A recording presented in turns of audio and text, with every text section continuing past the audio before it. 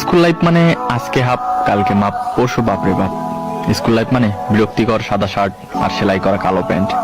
School life মানে bag ভর্তি মিথ্যা কথা। স্যার বাড়ির কাজ করছি কিন্তু খাতাটা ভুলে রেখেই আসছি।